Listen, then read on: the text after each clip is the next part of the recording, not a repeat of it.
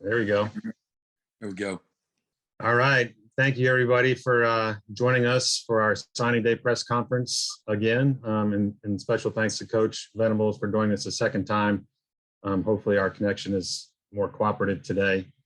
Since Coach made an opening comment yesterday, let's just get right into questions if that's all right, Coach. And we'll start with, let's go with Eric Bailey, Tulsa World. Brent, thanks again for doing this today. Really appreciate it, man. Yeah, no worries. Hey, we've talked about the importance of adding Dylan to the roster via the transfer portal. Just curious, who are some of the other key players that you really expect to make an immediate impact through the portal process that you brought in? Well, I mean, we wouldn't have brought them in, I'll be honest, all 9 of them. Yeah, we wouldn't have brought them in had we not felt the need for immediate help at those positions. So offensive line, the depth there, the tight end, Parker being a really a devastating blocker.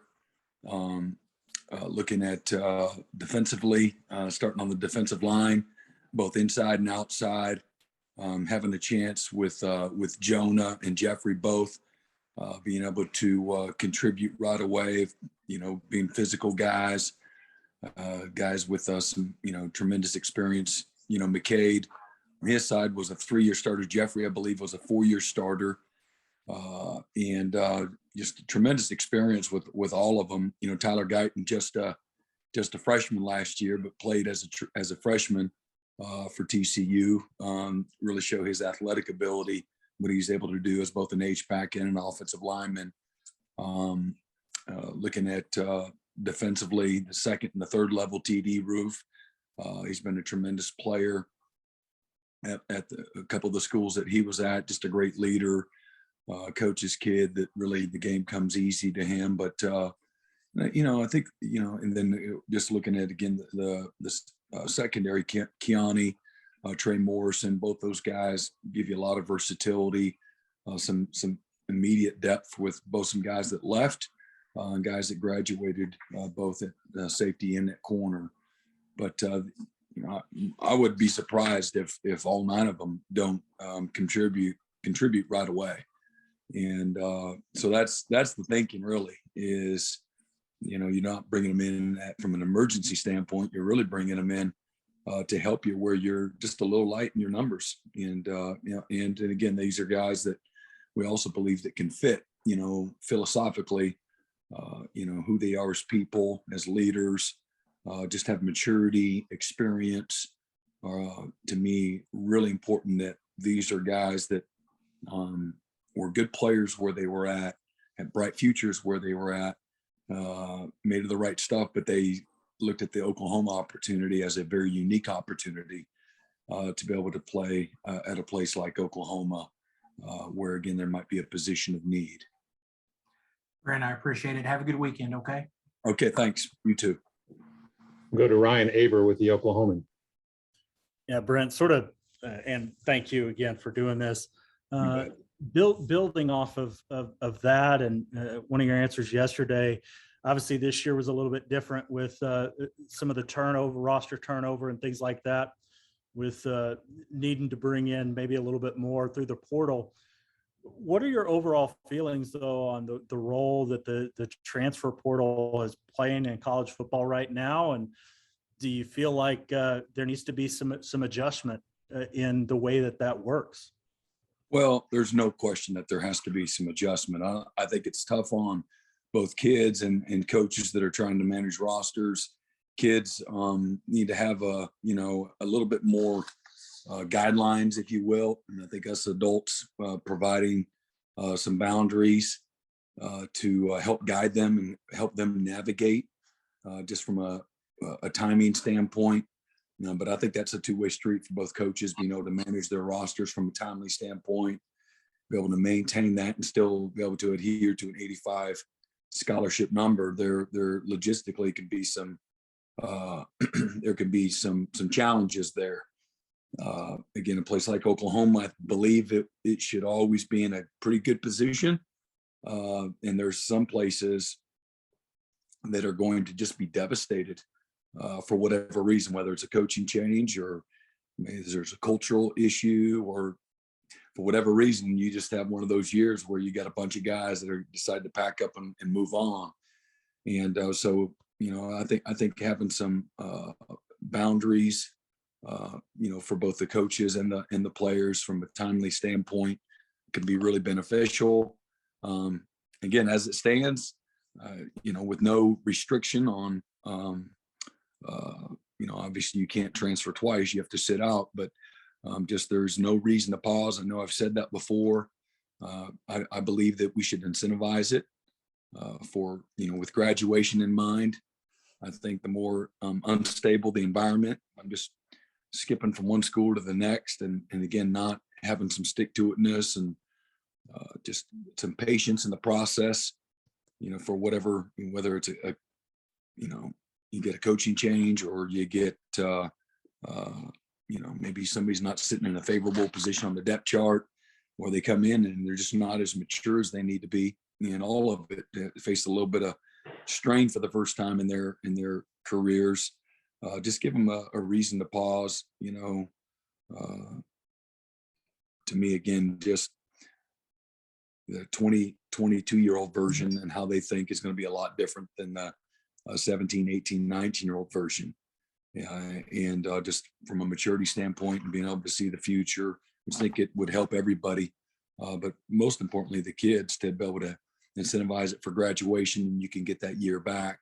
If you had to go and you had to sit, you know, it make you think twice before you're in a hurry to jump ship. So I think that, to me, as a dad of, you know, 4 children and 2 nephews that have lived with us and we've put through college, just knowing, again, from a judgment standpoint, they need, you know, some guidelines, some boundaries, in my opinion. Yeah, I really appreciate it, Brent. Have a good one. You bet. You bet. You too. Bob Prisbillo with Sooner Scoop. Yeah, Brent, you've done in-home visits and high school visits for years, defensive coordinator. Has it felt any different doing all that stuff as head coach at OU? Probably the biggest thing, and I've always been with head coaches that are, I say Coach Stoops and Coach Sweeney were 2 guys that you go into the house and everybody's talking and adding to the conversation. I think Coach Snyder, and there's probably some other coaches like that where you go in and you don't say a whole lot of anything except for introductions, and then you just sit back and let them have at it. But you got to be ready. You got to always be on. You know, in the past, where again, if I've taken a head coach in there, I kind of try to set him up for some alley-oops, and then he goes and finishes it. It's kind of the other way around. But to me, as the head coach, you got to assume that you're on your own. And so it's the same, though, from regards to just I've always been a relational. I've always been passionate. I've only been at a couple of places, and so recruiting, you're selling, you know, dreams. You're selling a vision. You're selling a place. You're selling people. And so I've been at some amazing places with incredible people, fabulous history and tradition. So my job's been pretty easy. Now I'll say this: people, oh, anybody could recruit for Oklahoma or anybody could recruit for Clemson. Yeah, but guess what? We're not recruiting against a bunch of nobodies. You know, we're recruiting against really good people that also have, you know, excellent people and great places to live, and certainly tradition and history of success and amazing communities. So, but I love it. I love every single part of it because, you know, when you're convicted, that's one reason why I didn't take a head job, because there's not many of them that get me excited. I'll just be honest, whether it's where to live, the vision that you're selling. I didn't, you know, want to be disingenuous. I could name some places, but it would rub some people wrong, you know, I'm like, man, I wouldn't want to live there. And so for me, it's always been easy because I've lived in some amazing places, worked at some tremendous universities with great people, and so that's an easy sell. I'm very passionate. I'm very relational with people, and so when you're passionate and you love where you're doing it and who you're doing it with, it becomes very genuine and very easy and very convicted too. Appreciate it, Brent. You bet. Let's go to Jason Kersey with The Athletic. Hey, Brent, you guys in both in the transfer portal and in the high school recruiting, you seem to really emphasize the defensive front. And I'm just wondering if you can talk a little bit about, how important it was to build depth in those positions. And then secondly, I also wanted to ask you, in terms of edge rushers you signed, Cavante Henry was one. I think you'd gotten off by the time he actually signed, but wanted to ask you about him and guys like that. Do you have an idea whether they'll have their hand on the ground or not, whether they'll play inside or outside, or do you figure that out when they get here? Yeah, I mean, I brought it up yesterday, and certainly I've had the good fortune to coach in 8 national championship games, 30 different playoff games through the years. And I say that not in a braggadocious way, but in a very humbling way, I recognize how hard it is to get there. Play for a conference championship, to have a chance to play in the playoffs, certainly to have a chance to not only get in a national championship game, but win it. And you better believe it starts at the line of scrimmages. That's where it's always has been, will be. I'm watching that game a few weeks ago with Georgia and Alabama. That's what jumped out to me. The decade that I was at Clemson, we had the most sacks in college football, the most tackles for loss in college football. We had the most defensive linemen drafted in college football. And again, with the second winningest team in college football during that time.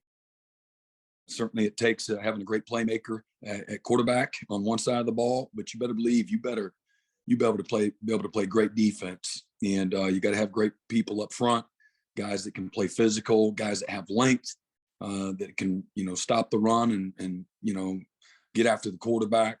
And so that was, it goes without saying. I thought that there's been a trend here as of lately that Oklahoma's done a better job at recruiting some defensive linemen. So you look at Benito or you look at Winfrey and some of these guys, and certainly the guys that we just signed. To me, watching all these guys walk out the front door up front, and knowing that we're going to lose about 7 guys, in a year's period of time. We needed to start to reload right now, and also find, some opportunity for some of the transfer guys to be able to come in and help us in that 2 deep right away as well. So, you want to win at the highest level, man. You better believe, you can't hide, weakness up front. There's a lot of things you can do to try to protect your weaknesses and enhance your strengths and play to your strengths. But man, if you're weak up front, it's going to be tough sledding. So, and then just in regards to Cavante, I'm always been one to say what because again, if it's 3rd and 1, 4th, from a size standpoint. So, Cavante's got great length, tremendous width, incredibly explosive, can really, really run. Him and R. Mason, they can fly. And they got great frames, and we got to fill them out. And some time in with Schmitty, and the nutrition program is going to be great for them. But, I would say Cavante's a defensive end outside linebacker on the outside as opposed to inside. And you never know how all that works once they get here and you get your hands on them. But we love him in space. We love, again, help setting the edge and rushing the passer. He's got a real knack for it, a lot of natural ability. We had a guy that led the nation in back-to-back years, 13 and 14, named Vic Beasley, that was about 6'4", about 235 as a senior. And just could never put a lot of weight on him, but he was a top 15 pick, maybe top 10 pick, and on a defense that led the country in like 13 categories. And he was a premier player. And he's a guy that played coming out of high school. He had only played on offense, tight end and running back. And he jacked around on offense for a couple of years. And finally, his 3rd year in college, after a redshirt freshman, his redshirt sophomore year, a couple of games into the year, he wasn't being used. We said, hey, let's throw him over on defense and see if he can rush the passer on 3rd downs, because we knew he could run. He had freakish speed and athletic ability. And he had a real knack for it. Led our team in sacks, had 9 sacks. Then he comes back his 4th year in college, which just reinforces it's a developmental game. He's a 2-star guy, maybe 3-star guy in a small country town, a great athlete. But, get everybody on the bus, you still got to find a seat for them, get them in the right seat. And so we finally, his fourth year in college, he starts his first college game, and he goes on to lead the nation in sacks, and beat Ohio State in the bowl game, the Orange Bowl, and we come back and in 14 and leads again in sacks and becomes a top 10 pick.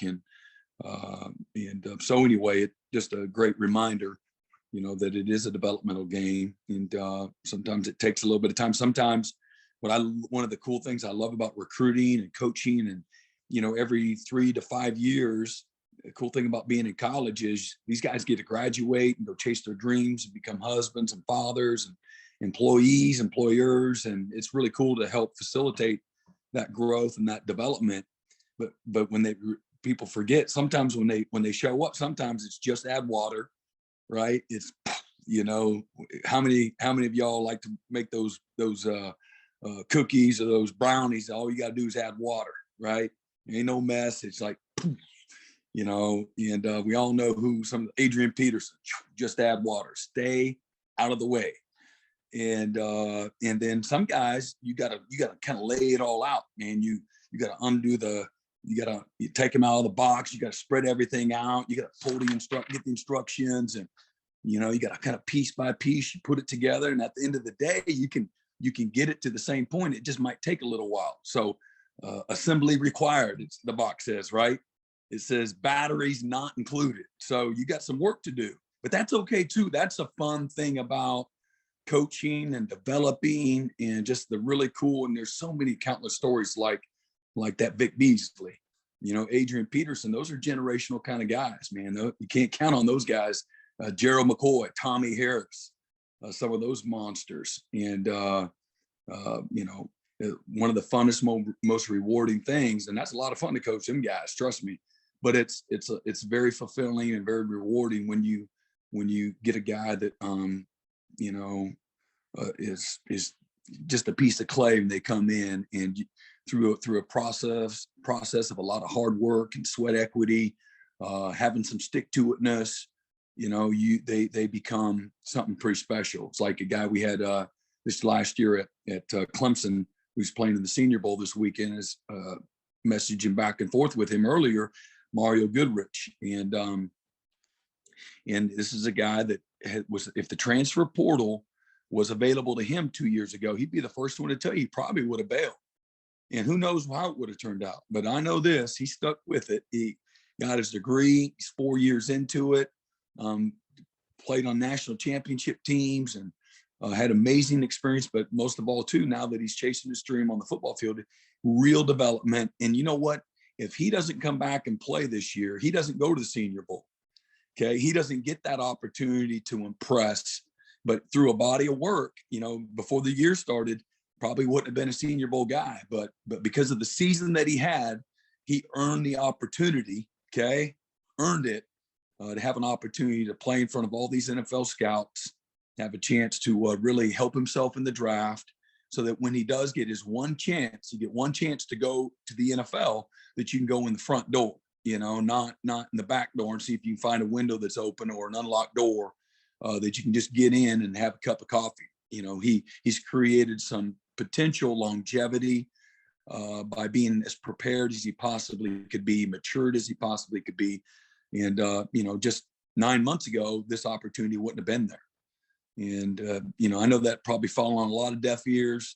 But for me and our staff, it's got to be a reminder to us that, we got to do a great job in our evaluations, and being very thorough, have a long-term mindset too, and then everybody else expects these guys all to come in here in year one, they're 3 or 4 star, they had 20 offers or whatever. Who cares? That doesn't matter. You got to start over.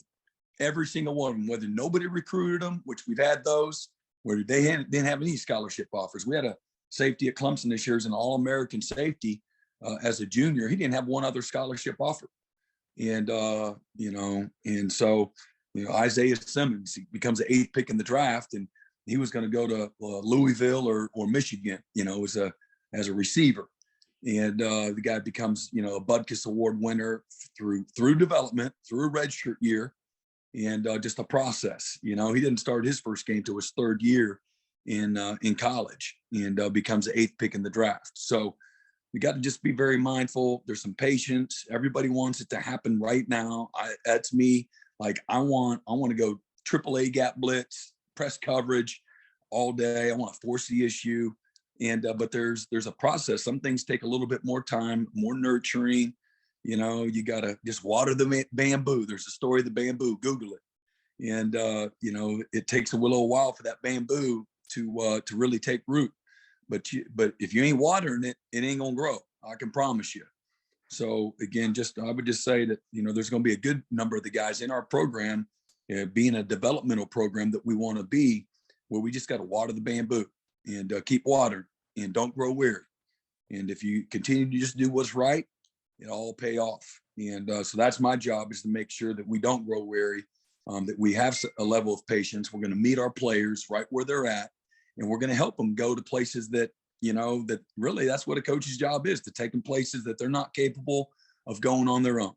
And that's both on and off the field. And that's what this game's all about. It's about developmental. So we'll take all those just add waters that we can get them.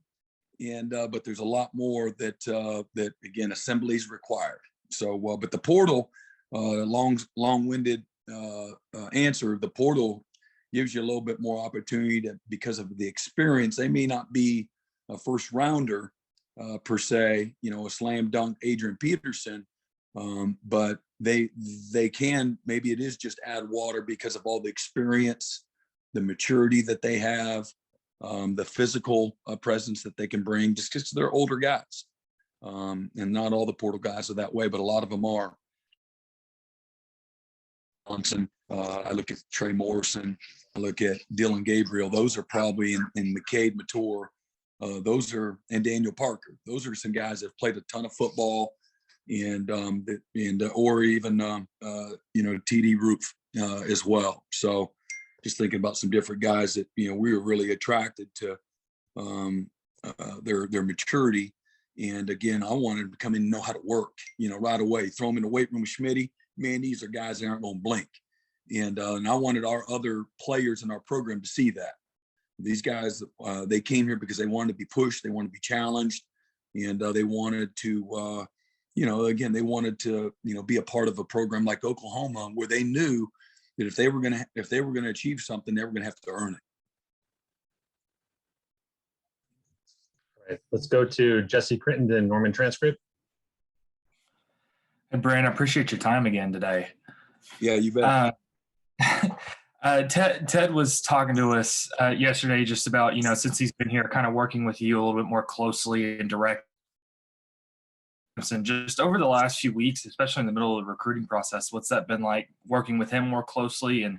And with your defensive background, how do you kind of envision, you guys assimilating the new guys on the defensive side of the ball, especially onto the team?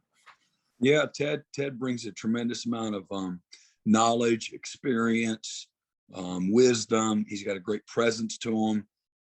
He's a great leader of people. He's got a very low tolerance for anything but excellence. He has a very strong vision for what that looks like. Very meticulous, very detailed, just a really smart guy. He understands the front and the back end.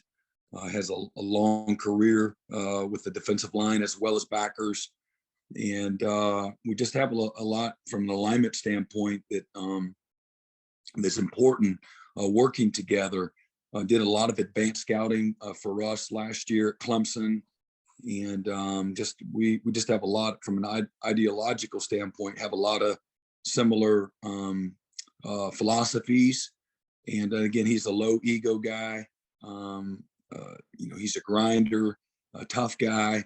And really, again, I wanted a veteran presence from the defensive coordinator position, and somebody that also that's been around long enough too, that is going to be able to welcome, a team effort. And so part of that's me being involved a little bit. And I've got to empower my coaches and trust them. And I certainly do. We put together a terrific staff, again, led by Ted.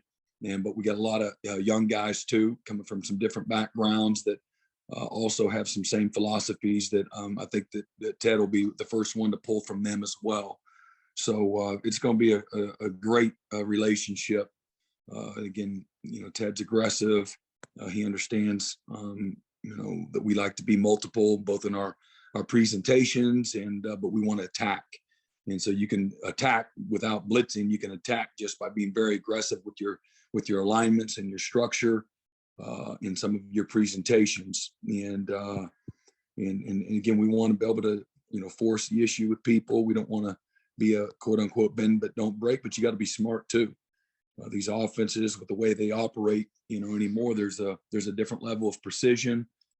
They've created a lot of scheme issues that put you in conflict on defense, and so that's a fun, challenging part of coaching defense today. And then they also get to decide on when they're going to. So that cat and mouse game, he understands that well as well. So we got, it's going to be a great marriage. Appreciate it, Brent. You bet. John Hoover, SI Sooners. Hey, Brent, man, appreciate the do-over today. Yeah, you bet. So I feel like you were killing it yesterday on your answer on Jaren Kanak, but we didn't get a lot of it. So if you could, the way the relationship was built with him when you were at Clemson and that whole transaction of, hey, go ahead and go to Clemson. I don't have a spot for you here. If you could go over that story for us again. And then it sounds like he's already made a stir in the off-season workouts. Yeah. So Jaren and his family, wonderful people. Because of the COVID, he had not been to Clemson until June.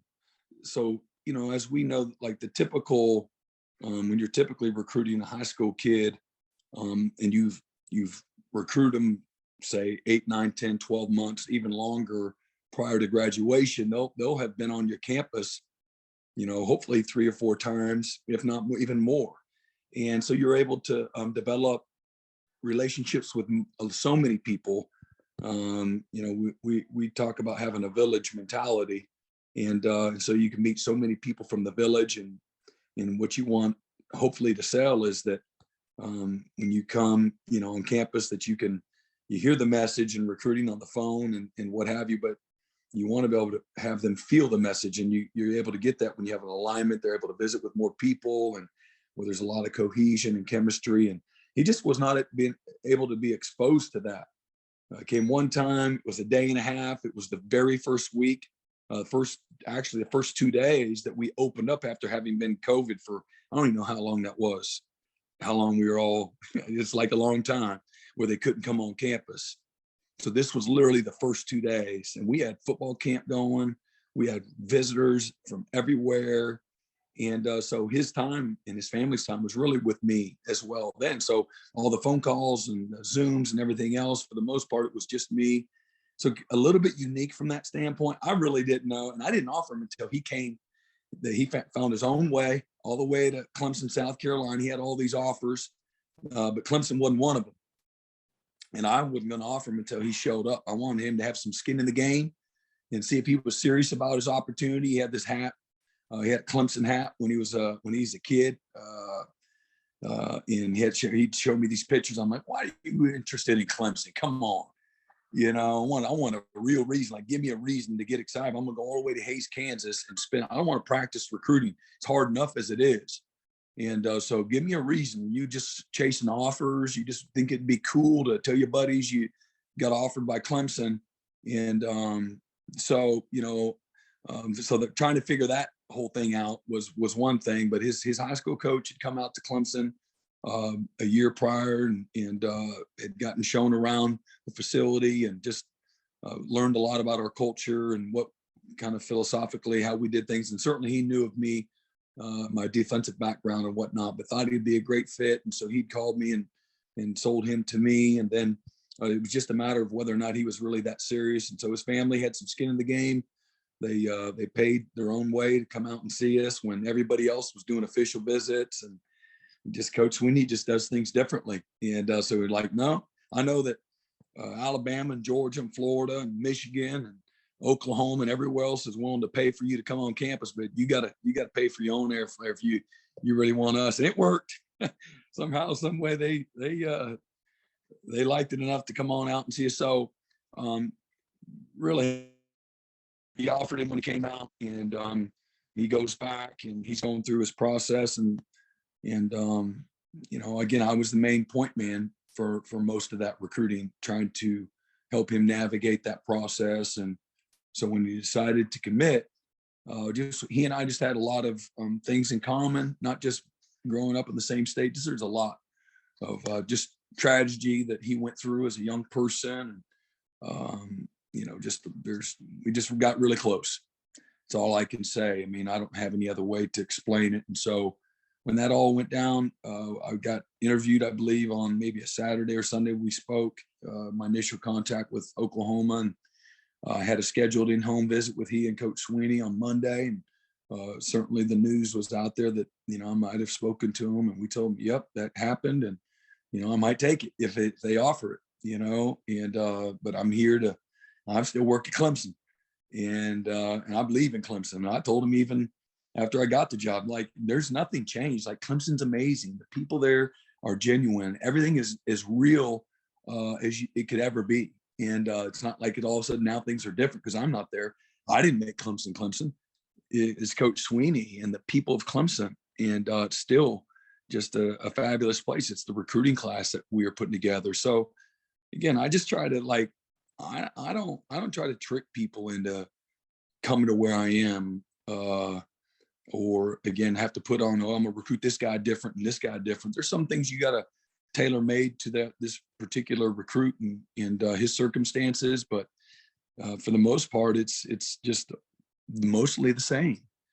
And again, I'm a dad and I'm a coach that has strong relationships that go forever. That isn't just why you can help me win games or you help me stop people. And I love them all the same. And I'm tough on them. I'm gonna chew them up and spit them out too. They're gonna be a lot of growing up that they got to do when they go to college. But the relationships are real. And again, I told you, like, when you're in love with something, when you're passionate about it, and you put your heart into it, you don't just switch up all of a sudden and, I'm going to go be a coach over here now. This week, I'm going to wear this hat. And then now, I'm all that stuff. I really didn't mean it. Now, it's the same here. Now I'm just over here, and all that same stuff is, you can't, I just don't believe in that. I just don't believe in it. And right or wrong. And so again, it was a pretty easy thing for me. I just wanted to make sure that, I was there at Clemson for 10 years, and I wanted to make sure that I left it better than when I got there. And so part of that is just doing what's right, just do what's right. And sometimes it doesn't necessarily serve you well, selfishly speaking, but if you just do what's right and don't bite the hand that feeds you, and it doesn't mean you're never immune to making mistakes or poor decisions along the way. And so that was my thing, was trying to, well, look, if I am going to Oklahoma, I'm gonna bust my butt, because what am I gonna do? I'm gonna start recruiting for Oklahoma. They hadn't even offered me the job yet. So again, I'm not naive. I know how things can go, man. The script can flip in a minute, and where you thinking, oh, I'm gonna, I'm not presumptuous, and I don't think of myself enough to, oh man, I'm definitely getting this job. But anyway, I think that's all that, it's a long-winded way to say it, but it all goes into how it went down. Same thing. And I went to other, players that were committed, just try to be honest and upfront. Yeah, I did. I interviewed, and this, and, there was plenty that I wasn't interested in, and, I had to squelch those quote unquote rumors and say, there's no way in heck I was going to go there. And, but this was one I would just try to be honest with everybody, and then go out of my way to try to, again, reinforce all the great things about the place I'd been selling them this dream on. So, but I think once it happened and reality set in, and I think that, Jaren, he really liked Oklahoma when he came on the visit. And I was down here, I think he just was like, man, I really would like an opportunity. I said, look, I can't do that. You got to go to Clemson. And I said, if it's not Clemson, then it's, it's somewhere else. And, but it's not going to be Oklahoma. I don't have a spot for you. I can't do that. And just, again, the people there are too good to me, and Coach Swinney in particular. And so long story short, Mama got involved, and I guess, again, I think I just read what was said, but he just, in his heart, he didn't want to even go and try it out. That's what I told him. I said, man, just go for the semester. You're gonna love it. You'll get over me in a minute. Trust me. But so I think that they visit with Coach Swinney, and after some time to just think it through, I think he was willing, as long as they didn't decommit prior to signing day and raise a ruckus with all that, just kept things quiet, just not to sign. And then if he wanted, he'd give us blessing, to be recruited, by us. So that's in a nutshell, pretty dramatic nutshell, but there's really no drama. It's just a young man and his family trying to find the best place for him. And that's not as we all know, that's not an easy thing to do for anyone, so he and I got really attached, and you really shouldn't do that. You should, you ought to commit to a school and a university and a place, but this is a people business too. And so you gotta look at it both ways. Sometimes we don't like that. We just had a bunch of guys that left, and go play for someone else, somewhere else. And a lot of people are emotionally attached. And that's the cool thing about college athletics, is the passion, the intensity, the love for the university is very real. That's a great thing, but it also could be a tough thing when it comes to, some of the things that have been going on here as of late with the transfer portal and coaches leaving and things like that. It's just a byproduct of it. And I appreciate it. You bet. We'll go to Brandon Drum with OU Insider. Hey, Brent, thanks for doing this again. You bet. You've obviously touched on the NIL stuff a couple of times when we asked you, but now that the recruiting process is over for 2022 and you've dealt with and seen some of the things that is going on, do you have a different point of view as far as where you feel Oklahoma needs to head, as far as touching on you all addressing the NIL situation, or are you still staying pat with, your original insight on it? My original insight is, I feel like it's been the same. I think that we want to be in an aggressive position. You can't just sit on your hands. I think the NIL is a lot of different things. It's not just one thing. I think there's an education piece that we've got to be really good at. We've got to be educated at all levels, whether that's myself, it's our staff, it's their administration, your compliance, understand what we can and can't do. And then certainly setting yourself up to be in an aggressive position that align with your values of your program. And there's an opportunity for young people to build their brand. And I think that we have as good a brand as there is in college football. We have a platform that's second to none in regards to all the different social media, outlets that are out there. I think we have the second most followers in all of college football. So we need to take advantage of that, as we have to help educate them on how to build their brand the right way, standing for the right things, helping them sort through what are the things that are important to them that they want to. So, Nick Evers, for example, was just awesome. As we know, he did one of his first NIL deal was to he was associated himself with the charity, and I just thought that was, man, he gets it. That's utilizing your platform and the brand the right way and having something that people can endear themselves to. So I think part of our responsibility is to do exactly that, is to educate. We'll have some symposiums on helping them do so. We'll have an internal and external component that are going to help our players. Hopefully we have something that's equitable for all of our athletes at the University of Oklahoma. I believe in cohesion and stability from a university standpoint, and everybody being able to benefit if there's a space there.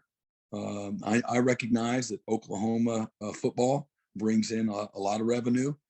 But at the same time, the journey for our student athletes are no different than the journey for other student athletes that are out there. It's tough, it's demanding, it's challenging. Whether it's the physical work that you have to put in your training, or balancing academics and competition, being away from home, all of those things are very real for all the athletes on the campus. So if there's an opportunity for us to make things equitable for everybody, man, that's a great thing. To make some short-term cash and take advantage of the name, image, and likeness, if that's the marks through the university, that's fantastic. I mean, why would that be a bad thing? There's many guys that come and they don't have a way to get from A to B to C. They don't have a car. I got a loan. I walked on. I got a loan. I took out, even once I earned my scholarship, I was a Pell Grant recipient, so I was fully maxed out. And I took advantage of every loan there was, because my family couldn't give me any money. So I had to pay insurance, had to buy a car.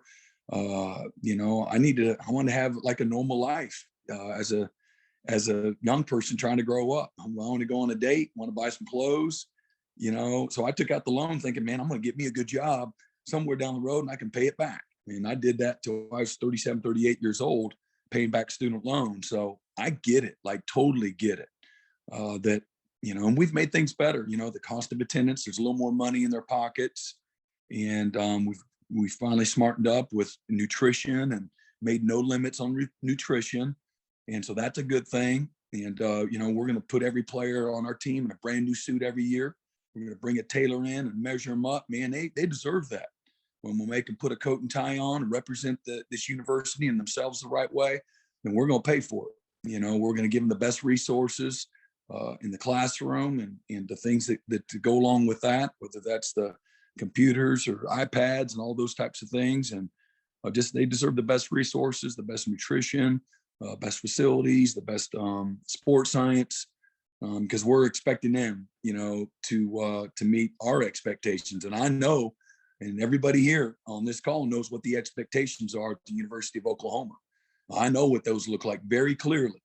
And so our commitment to them needs to exceed those expectations, period. Our players deserve the absolute best. And that's just my assumption is they show up here and they're committed to being excellent as well, because we deserve their best too. And that's where best is the standard comes from, being completely and totally committed on and off the field to doing their best in everything, not to be the best, but to do their best, and not to get that mixed up. Okay. We're never going to be about being the best. I think being the best is a byproduct of getting everybody involved doing their best. And it's not just the players, not just the coaches, it's everybody. Okay. And that's my job, is to make sure that we have that level of commitment from everybody, being very clear on those standards and making sure that everybody shows up with the right mindset to doing their best. But we've got to give them the best resources to do it. There's an NIL space that they can maximize an opportunity to make some short-term money. We're going to help them, educate them. We're going to, promote that and nurture that, educate them. But at the same time, the real return on investment is going to be on their development, their education, their degree, hopefully multiple degrees, life skills development, career development opportunities, service trips abroad opportunities, the mentorship, again, the paid micro internships, going across the country, trying to give them a real worldly type of experience. And then again, that holistic development piece, football is a very important part of that. A very important piece of that. We want to try to help facilitate their dreams to go play at the very highest level and play the game as long as you can. So there's a lot of work that goes into that. And so you want to make sure that as the adults, as the parents, we want to do a great job of keeping our players focused on what's most important. Again, supporting them in their opportunities to make some money, creating them some opportunity to make some money as well. And where we're as aggressive and as competitive as anybody in the country. Again, and it needs to align with our values of our program too. And I think that's what allows us to have sustainability and longevity, and something that just makes sense for the long term. These dropping bags of money out of the sky. the people, whether or not that's happening or not, that's not, I don't think I would do that with my own kids. What's that? It's a train wreck waiting to happen. Just going to give them just money. Hey, just good luck, and just let them have at it. That's not how, that's why, like, if you have, my brother passed away at a young age and he left money for my boys. Well, guess what? I was the steward of that money. Okay. I was the steward of that money until they're quote unquote of age. And because you know why? Because I have judgment. And that's why, laws are set up in such a way. So anyway, that's neither here nor there, but we're going to be in a good, competitive, aggressive place. We want our guys to focus on, again, ROI, real return on investment, getting your degree. Your degree is going to create more opportunities than anything that football will provide. And there's 2% or less of all Division I football players have a chance to make an opening day roster. So that's 98% of your locker room is not going to make an opening day roster. Then we need to, again, still promote and nurture and facilitate their dreams to become professional football players, to be the best of the best in college. That's a very real thing. But we also got to equip them for the what's next. The first day they step on campus is when that process takes place. We don't wait till the end. We don't wait until they go fail in their journey trying to make an NFL roster. And then we okay, then we're reactory. We've got to be very proactive in all of it, encompassing their manhood, their growth and development as people, as husbands, as fathers, again, as businessmen. And our job is to equip them in every way. Education's part of that. The degree is a huge part of it. But the football piece and the development is also another real part of it. So that's the way I've always thought about it. I haven't changed at all. It's just maybe being able to more adequately describe what our game plan is, without giving, just going to all the intimate detail. That's kind of what it is. Thanks, Brent. You bet. We got a handful more. Do you have time to keep going? You bet. Okay, let's go to Barry Trammell with the Oklahoman. Yeah, Brent. Jeff Lebby's clearly a premier offensive coordinator. Not any question about his football acumen. But with what happened at Baylor, did that give you pause in bringing him back? How difficult was that decision to bring back Jeff? Well, there was a vetting process that was done by our administration, and a lot of interviews, a lot of vetting. Obviously, I've known Jeff a very long time, and so there's some things that I was aware of, for a long time. Just it's not like last time I spoke to him was when he was he was a player and I was a coach at Oklahoma. So, but felt very good after the vetting process that we were getting somebody of high integrity, of high morals, that again has been about the right stuff, that the people where he's worked have nothing but incredible things to say about him, and so I felt I had a great piece about it. Anything to tell us the world? Hey, Brent, remember Bob's old story about taking the job and going back to Florida and getting in the car with a friend who picked him up at the airport, and Bob telling him, "I think I just ruined my life." That's always stuck with me over the years as to what it encompasses a first-time head coach. Now, I know you're walking into a different situation than Bob was 22 years ago, but I will ask, have you had any hell moments, for lack of a better term, that you've encountered to give you a clue as to what kind of scope of a job you've taken here since you started? All hell was probably maybe the first 48 hours when I was going on really on fumes. And so other than those first probably four, and of course you're at the highest of high and you're at the what do I go next? You don't know what time of day it is and things like that. But it's been all good, all of it, you talk all the time about, the journeys for your players, and you're, as a coach, that you're on the same journey with them, where you get the mountaintop experience. And so that would look like the press conference, and that night when I got off the plane, then the next day, and you're walking, you have all these former OU players, and then they're all sitting right up there in front of you, and you can't, doesn't matter what you say, it's like, yeah, and it was quite the experience. And you're kind of a rock star for a few hours. And but for me, I've been preparing for this moment for such a long time, and it's not like organically I was sitting there saying, okay, now I've got to remember this because one day I'm gonna have to use this. But I've just been very aware, paying attention to all of it.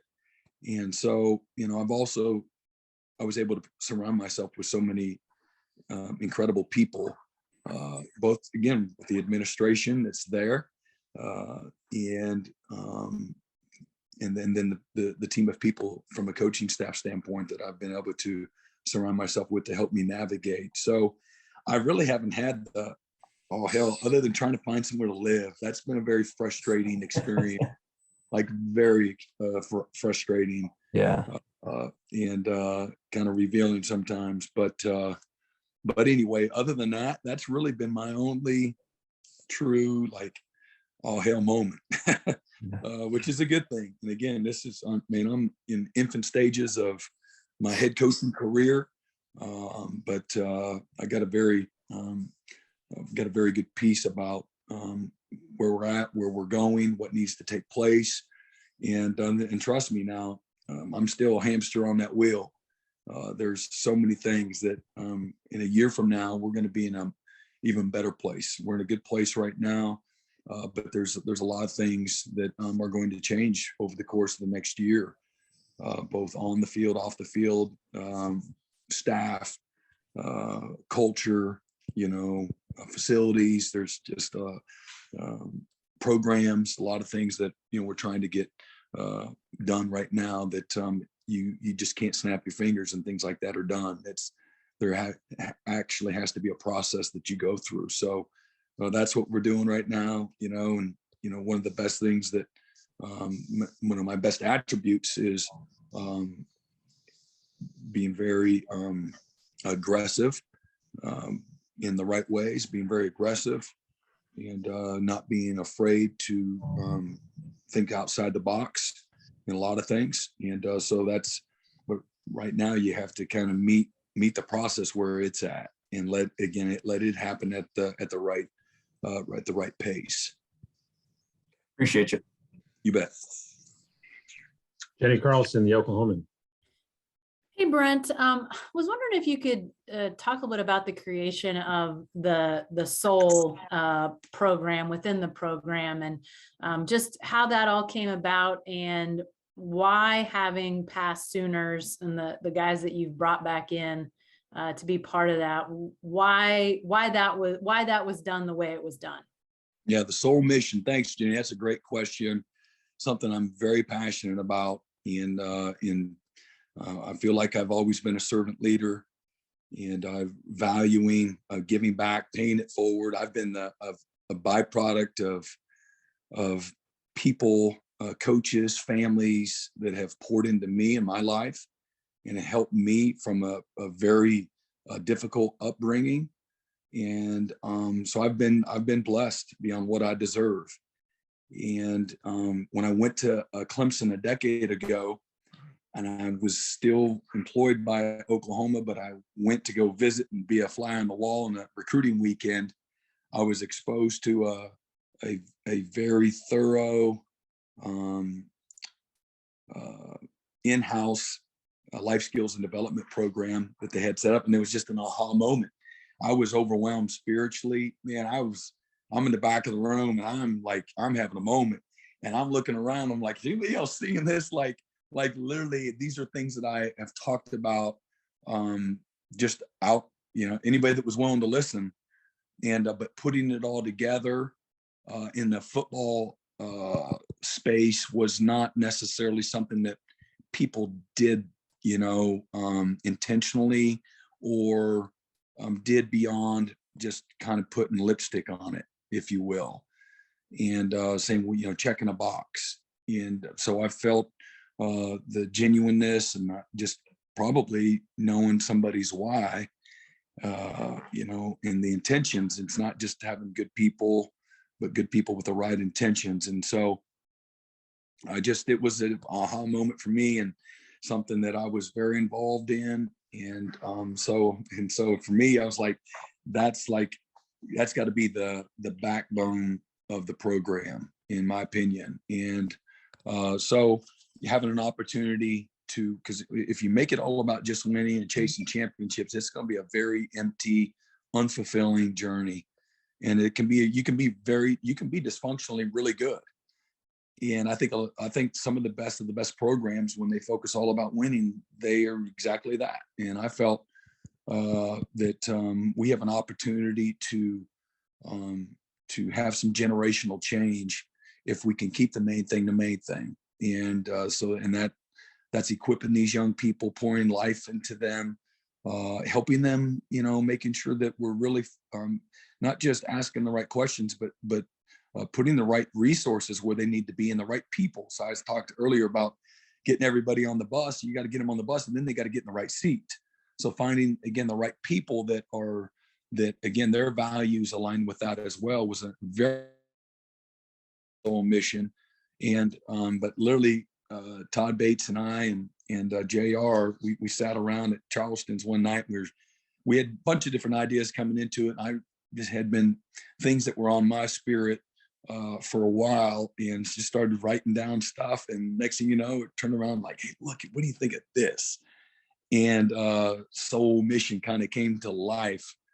And the idea certainly was there for a while, and how we got there, again, serving our uncommon legacy. And it's a leadership initiative program. It's as you know, it's all encompassing, their manhood, their mentorship. There's a spiritual aspect. Shame on us if we don't provide opportunities for young people to grow in their faith. I'm not here to save everybody, but I do have values that I'm a Christian, but and I'm not afraid to profess my beliefs, but my beliefs are just that, and they're mine. But anyway, that's just a very small component and opportunity. It's all voluntary, and that's the other cool thing. It's trying to create a culture of invitation. You want them to be curious. We do have some things that are required from some of the year-round curriculum, but organically, it's a very real thing. The staff is at every practice, at every meeting. They're very intertwined in our players' lives and their recruitment and relationships with them and their families. And that's just their particular wheelhouse. So again, I've just seen transformational change. And I remember as a young person getting ready, I was in my last year in college, and I was so scared. I knew I wasn't going to be in the NFL, but I was so scared, like, oh my God, I got to really figure out what's next. But nobody, and we had so much, trust me, I'm not complaining because I was in a very healthy environment, but there wasn't somebody, like just one person I could go to and say, how do I know what I'm good at? How do I know, can I choose between these 3 or 4 things? And, the answer then was, well, there's somebody on campus you can go to see, so the career development office. Man, I don't know them, and you're intimidated and you're not really sure, and you don't trust them. And so I just thought about, having an in-house, staff that can major in all those areas, where it's not just the career, it's just a lot of things. There's a mental health aspect that's very real. It's, it's time management. It's learning the value of servant leadership and trying to create a new perspective. Why we have them. We got them for 3, 4, 5 years. What's so bad about changing the perspective about what's really going on in the real world? Because we all know that the resources that these players have in the Division I athletics, it's really good.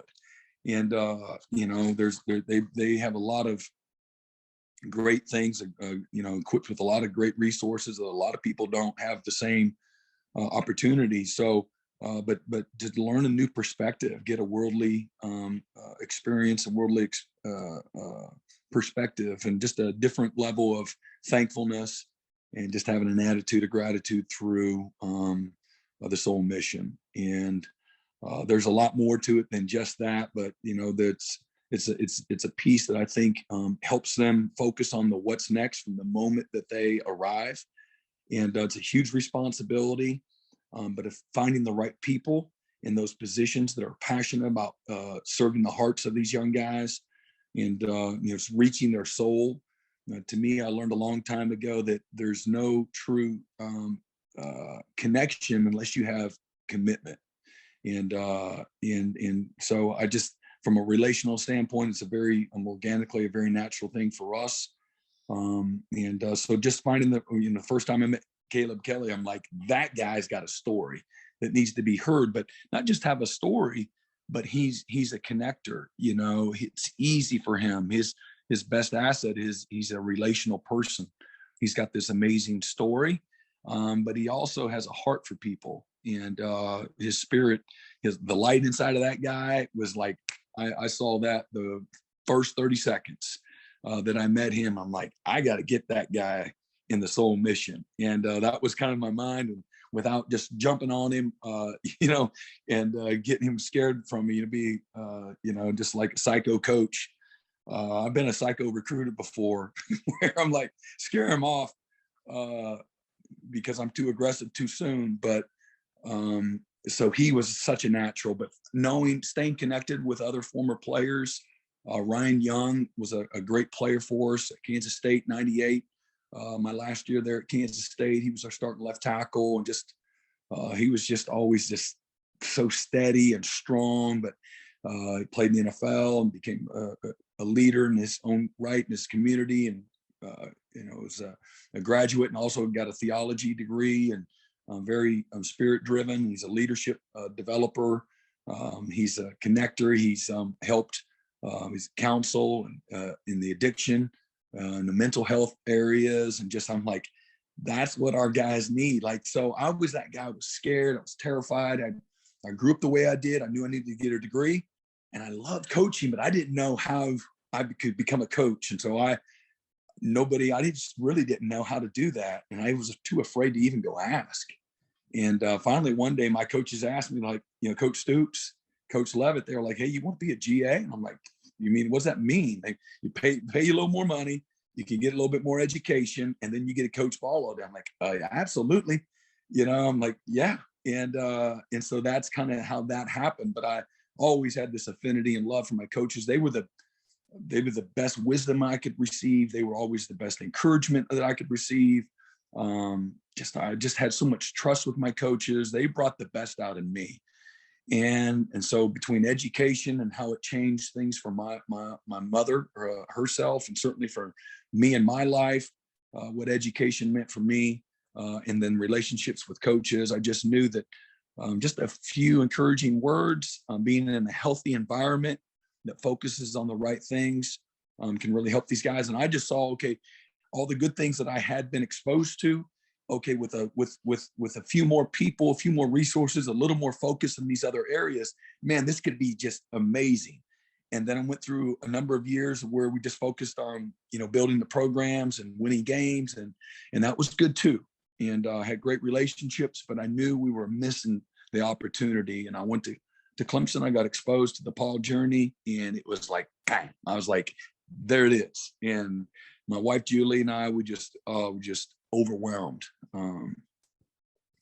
with what we witnessed. And then, so we are a very active part of supporting that at Clemson, and our own boys benefited, my nephews did, and just a wonderful thing. And so we needed to come up with our, again, it's still got to be your passion. It's not just, okay, here's a thing that's popular out there now. No, you got to have the right people. That, again, the intentions of the people, I think, is what makes it genuine and real. And I've just got a passion for it. I just believe success will follow that. When you keep the main thing, and you love your players, you serve their heart, not their talent. And that means that you got to have accountability. You got to have discipline. You got to have structure, but you got to have love first and foremost. And I think that's having an opportunity to help create and facilitate dreams other than just being these great football players. I think that's a huge responsibility and just a really unique opportunity. We're going to have them for 3 or 4 years. Let's do all we can. Let's help them run the race to win. That's what it looks like. Like, that's what it really looks like. And that's what best is the standard means. When we're getting the absolute best resources, the best time, the best people, the best intentions, the best love, and helping these young guys find themselves, find their lives, find their purpose. And, because so many of them come in here and they don't think like that. And so helping young people think the right way is where it all starts. Gandhi, he says, destiny, okay, it starts with your beliefs. And so if ultimately where you end up in life, your destiny starts with your beliefs, and we got to do a great job, because I think young people, one of the things that they don't do a great job is thinking the right way. And so helping them think the right way, helping them gain perspective, helping them have a balance in their lives, not being so overloaded in one thing, helping them have, so many of them are come in here and they're so, whether that's parents or coaches or their own self-imposed expectations, it can just be overwhelming. Everybody got their head down and they're looking at everybody's human highlight reel on Instagram or whatever. And that's not reality, but they think it's reality. And it can be overwhelming. And so now they're outside in on how they compare their journey to everybody else's journey, their opportunity to everybody else's opportunity. Too many coaches are comparing their program to everybody else's program. And to me, I want to be an inside out program. I want to help our players think inside out. That egg, if you think about the egg, and if you break the egg outside in, right, life ends. So if you let your circumstances and all the bad stuff on the outside in control you, life can end. It's like a very unfulfilling place to be if you're always comparing yourself to everybody else. And when you have an inside out approach, if you break the egg inside out, that's when life begins. And it's so just like, I get that. Like, okay, that makes a lot of sense to me. Let's have a program that represents that as well, and help our players to be inside out, not outside in. And that's not an easy place to go. I got 4 children. I got 2 nephews. I've got all my players, and I know how they think, and I know the things that are just can be overwhelming for them. So to me, Soul Mission, is a partner. It's part of our village. They're able to 24/7 be consumed with. While sometimes we get busy drawing up plays and recruiting guys and stuff, it's not just their job; it's all of our job to mentor and to guide, to lead, to love, to help facilitate their dreams. But the Soul Mission, that's their primary job, 24/7. So I know that was a long, and I didn't even answer it all. But Josh Norman, another former great player. I think it's cool. The players need to know that somebody's been there in their shoes. They need to have a trust factor. They need to put their guard down. They need to, one of the best ways to grow as a human being is to be transparent. It's to be vulnerable. It's to, create an environment where it's okay not to be okay. Like, we're all broken in our own way. We all fall short every day, and so helping gain perspective by having an environment where you have a culture of invitation, where our guys look like you want to be, but be. And again, I know they all focus on, again, the NFL, and we got to create, the right mindset where they understand the foundation of their life is not the game of football, and it can't be. Life's going to bring you to your knees, and we've got to do everything in our power to make sure they've got a foundation that's sustainable, that can handle the storms, that can help pull us through the tough moments that are going to happen. They're there. You're going to have the mountaintop experiences. You're going to be down in the mud and in the valleys. And it's all good. It's okay, And so again, that's helping them think the right way. That's what that, looks like to me. So Gandhi says, destiny starts with your beliefs. Your beliefs become your thoughts become your words become your actions become your values, and your values ultimately determine, your destiny. And I think that helping them, equipping them with the right kind of mentality. That's part of that, like, holistic development. Like, look, let's focus on that. If we get that right, man, the world's going to be a better place. And I got to have a staff that buys that vision. You know, I can't be the only supporter of Soul Mission and Soul Mission be great. I've got to create an environment where everybody, from the president to Joe Castiglione, to Zach Selman, to Larry Nafee, to Jason Leonard, to the players, to the coaches, to the offensive coordinator, the defense, everybody has got to be in alignment with that vision. And when people know your why, man, they'll buy in what you want them to do. And to me, keeping the main thing, that's what it looks like. And success will follow that. And you know what? If I fall short as the head coach, and you know what, I'll be able to sleep and go in peace, knowing that, you know, someday I'm gonna meet my maker and I'm gonna be held accountable. It's gonna be judgment day, and there's gonna be a real scoreboard that I'm gonna be held accountable to. So, you know, serving the souls of these young guys, helping them find themselves. And some of them they come in, they show up with a little bit more of a foundation, you know, where they have a little bit more support from their homes, but a lot of them don't. A lot of them have no idea. And I'm just very open and honest and transparent. So if they come in here and they don't care about education, and they don't care about getting a degree, and they don't care about all that holistic stuff you talk about, Coach Venables, I'm just trying to go to the league, then Oklahoma is not the place for you. And don't come here. And I'm very honest with that in trying to recruit these guys. Because you come here, there's going to be a whole lot more that you're going to be involved with. And so that's, again, from Ryan Young and Caleb Kelly and you know, Josh Norman, Curtis Lofton, they're all in their own rights. They've been doing this already. When I visited with former players, it's just what you would think. They're lined up to Houston, Texas, like, sign me up, coach. This is what we've been talking about. And I'm like, yeah, because you know, again, just as a young person, I was like, man, something just ain't right. Like, I need more. I mean, I'm going through tough times. I just got to figure it out. And that's sometimes a very lonely, dysfunctional place too. And when it's all about ball, when it's all about winning, when it's all about, you know, being first team, I think that's a very toxic environment to be in. And you know, it's got to come from a place of love, and it's got to come from a place of you know, wanting to help create generational change. And I think that we can do that, and equipping them with the right type of tools. They can go dominate no matter what's next.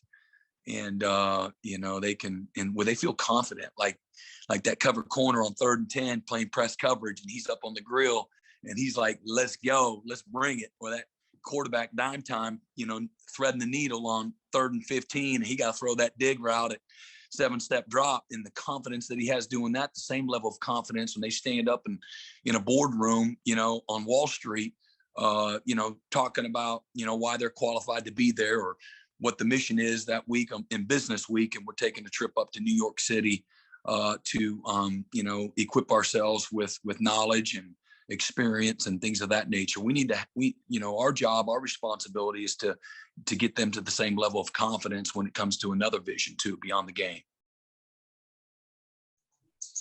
Coach, we've got 3 more. Can you keep going? You got it. Okay. Let's go to Joey Helmer with OU Insider. Yeah, Brent, like everyone else has said, thank you for doing this. I just wanted to ask you about Bob Stoops and his role. Obviously, you guys hit the ground running, really, you and the staff when you got here, but he was getting in kids' homes and during that kind of time frame, and just how much he stabilized things. And then on a personal level to you, what did it mean that he would do some of those things that he did? Yeah, he was amazing. And I said this before, but his last month to 6 weeks, however long that was, of helping and just picking up all the, you know, the broken pieces, stabilizing the program, like you said, and taking us to victory. Man, it might have been his best 6 weeks of his entire career under the circumstances. But he's fearless, courageous, never flinched, tough.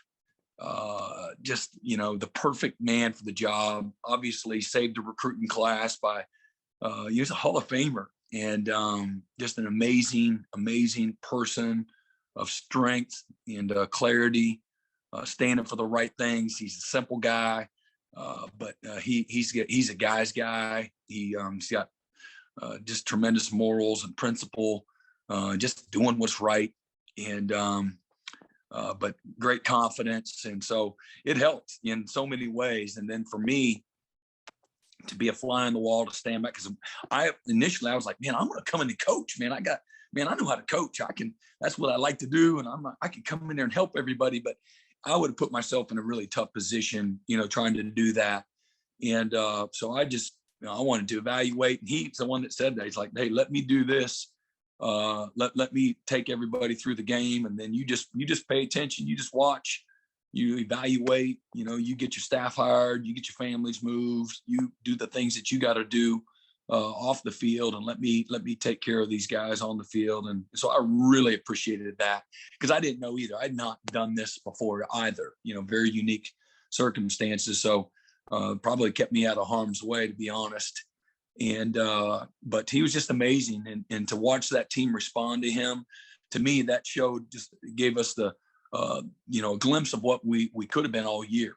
And I thought we made competitive play after competitive play on both sides of the ball, established the lines of scrimmage. We played with a tough mindedness, with a focus, with a precision, with something to prove. We had an edge that only comes from one place. And, we talked a lot about, life happens, you're going to bring you to your knees. We lost some tough games right there at the end of the year in a devastating way. Very uncomfortable place, not playing for a Big 12 championship, which would have been for a record-setting 7th year in a row. And so now what do? Well, you know what? That doesn't have to destroy you or define you. Life happens. You'll ultimately always be defined by how you respond. And no matter what it is, on the field, off the field, in football or not, you're going to be defined by how you respond. But everybody's watching. And in Oregon, really under the same circumstances, they got whooped by their rival.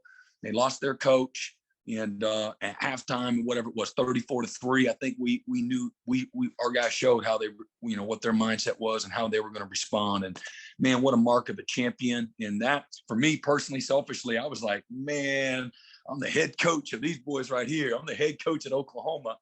And I'm not naive. I know we got a lot of work to do, but man, that showed, what we're capable of when we put it all together. And man, I was really proud of certainly to watch Coach Stoops do his thing and the lead, but also the other coaches, all those guys that are still here now, the young coaches that left, whether it was Brian Odom on defense, he was just terrific. And the plan that he and the rest of the defensive staff put together, and student assistants and Kel Gundy and the offensive coaches, what they were able to do. And, and that was uncharted territory for them too, and just thought everybody just galvanized and responded in such a great way. Really cool. Okay, let's go to John Shin, Tulsa World. Hey, Brent. I have two questions, but wanted to ask about two of your younger staff members with Jay and Miguel and what they kind of bring to the table. And the other deal is you've had a lot of head coaching opportunities. How long have you thought about putting the staff together? Yeah, so Jay and Miguel they're both so unique. Tons of energy, lots of life. They're wise beyond their years. They bring so much to the table when it comes from relationships to football acumen, just really advanced when it comes to the ability to teach and also to be able to articulate football 101. To be able to more than hold their own in the staff room. And then their ability to connect with players is really, really special. And but just bring a ton of energy. They're super humble guys. They love the Lord. They're great husbands and fathers. And they're just like, we hit the home run with those guys. They're just and they're just scratching the surface on their young careers. But man, I didn't flinch. Like those were my first rounders. and we were able to get them right away. And both of them, the very first conversation when I reached out to them, both having, great opportunities where they were at, neither one of them flinched. They were like, yeah, when do you need me to be there? And so for me, that was really cool. And even in the short amount of time they've been here, it's just been validated over and over. What was the other question? How long have you been thinking about putting a staff together? You always, yeah, that's a good question. A long time. And, again, I've always been focused on being a great teammate, being loyal, being great right where my feet are. I've just never, I'm not a network kind of guy. I'm certainly not I got a strong opinion on stuff, but I'm not a self-promoter. I've just always believed in trying to be a great teammate, being patient. I want to do a great job for the players that I coach. I didn't never want them. I asked them to give me everything they got. And so, I've always felt very indebted and very loyal to my players. I want to do everything I can to help my players all the way till the ball snapped sometimes, and I never want to let them down. And the other thing can be said for the people I work with, my colleagues. I think about their families every day. I think about their kids. I think about the head coach that I work for and how much he's counting on me to do not a good job, but to be my best. And I always said, man, if I get hired, like when I got hired as a graduate assistant, man, I'm gonna be the best GA ever. And I've always just had this appreciation for my opportunity, and I've never ever taken it for granted. And so that's my expectation for everybody else too, players, coaches, staff. One of the best things that Bill Schneider did was he coached coaches. So, man, I was always taking notes of that. And I thought, I've had opportunity even as a coordinator to coach coaches too. You coach your players, but you also coach your staff that you're empowered to lead. And so I've been leading and coaching coaches, and in my mind, developing coaches in my role for a very, very long time. But I've had the opportunity to meet Jay a long time ago on the recruiting trail. I've known him since his high school days as a player. And man, I was just instantly magnetically attracted to this guy as far as who he was as a person, his energy, his values, his football acumen, his simplicity, his humility, all those things. I was very attracted, and I knew he was a great recruiter and things of that nature too, but so much more. And then same thing with Miguel. We hit it off immediately as a former player. And I sat in the staff room with him every day. He coached at camp with us. He had some opportunities to coach because of COVID and some things like that as well over the last few years. But just you know when you know it when you see it, you know it when you don't. And so is here in the last 5, 6, 7 years, I knew that those were two guys that, man, those were and definitely guys I was going to try to hire that would make me better. And because you got to have, you're only as good as the people that you surround yourself with. So I was fortunate. I can go down the list and say the same thing with virtually everybody that I've hired. Not virtually everybody that I have. And so finding the right people has been a critical thing. And then also having the support from Joe and Zach and Larry to be able to hire the right people too. And that's that we've had to navigate that. I didn't take any of that for granted either. They're all at great places and come with a price tag and create a vision and opportunity for them to make it all fit together organically. So that's been a lot of fun for me, but one, again, I've been preparing for a long time. Hey, Coach, our final question is from Parker Thune with OU Insider.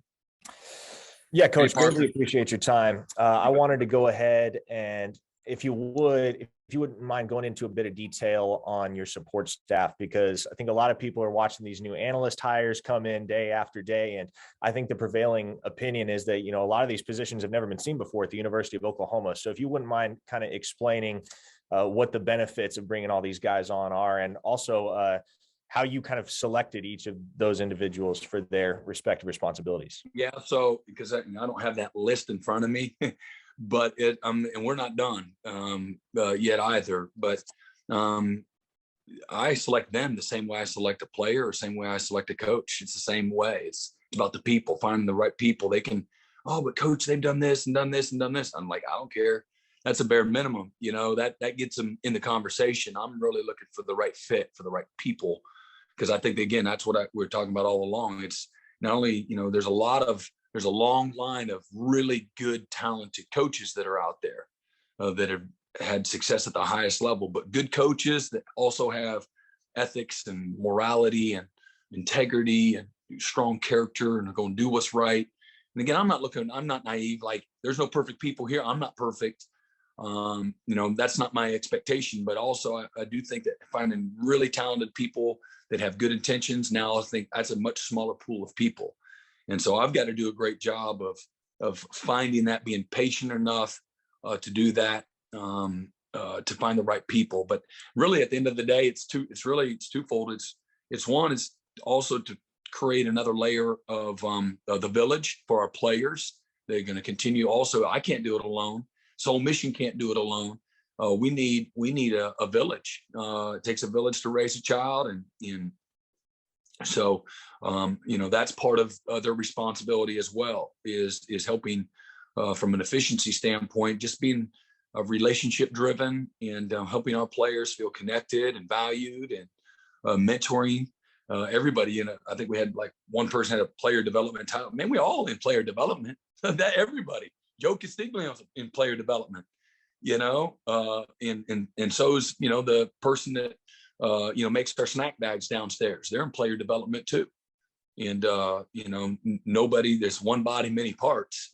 Everybody has a role, and everybody's role is equally as important. So that's how I look at it. So I hire that $50,000 a year analyst. I hire that role with the same tenderness, the same thoughtfulness, the same focus, the same set of standards that I do, hiring, Ted Roof and or Thad Turnipseed. It's no different. The standard doesn't change. We're not going to widen the plate or lower the standard, for anybody. And but it is, at the end of the day, it's about what's best for the players, so that we can be as efficient as we need to be. And there's very detailed on all their responsibilities. Some of it's organizational, some of it's advanced scouting, some of it's self-scouting. A lot of it is also entails making sure our guys are having all the resources they need academically, being a liaison in all the different areas of their lives. Knowing where they live, knowing who they live with, knowing, if somebody in their family is sick, man, they find out before anybody. Just being another set of eyes and ears, but at the same time also helping us be the most efficient staff in college football. And I got a very clear vision. They have a very detailed a job description, and then again, I've got to do a great job of holding them accountable. They're not allowed to coach. They can't coach the players, but they can bring juice and energy, and they can bring support to the vision of the program. That's to graduate our players. That's to equip our players with tools that are going to help change the rest of their lives and help them as husbands and as fathers and as leaders in their communities, make sure they have a great college experience. And the last thing in that order is to have a chance to win a championship. So they're a huge part of that, and critical hires in supporting our guys the right way. And they literally have cleats in the ground when it comes to keeping the program moving in the right direction. And so whether it's a recruiting ops guy, or it's a defensive analyst, or there are more player development, there's different layers in your recruiting department. There's roster management. That's a life of its own now. A player personnel that has to help focus on transfer portal and your roster management and the fluidity of it. That's a whole job in itself now. And you got on campus, you got so many things that are going on, so many fingers in the recruiting world. So you got an on-campus recruiting person. You have a big picture values and brand of your program in regards to recruiting. You've got the social media aspect now, and the video and the creative areas that are a huge part of college athletics, making sure that we're doing a great job of continuing to be focused on the name, image, and likeness, the branding of our program, and make sure that it aligns with the values of the University of Oklahoma. So there's so many. I'm just kind of rambling here about all the different layers of support that we need and are critical. But we have a very clear vision for all of it. And like I said, you have a high school relations, again, you have different layers within the recruiting department, different layers within offensive, defensive staff rooms, and creative media is a huge part of it now more than ever as well. Coach, we appreciate your time. I think you got your arm workout in today, holding that phone for the last 90 minutes. So. It's all good. It's all good. Hey, I'm here to love, serve, and please. Thank you, Brent. All right, guys. Brent. Ladies, Thanks. okay. Let's go. Thanks, Brent. Appreciate it. Brent. Yeah. Have a good weekend.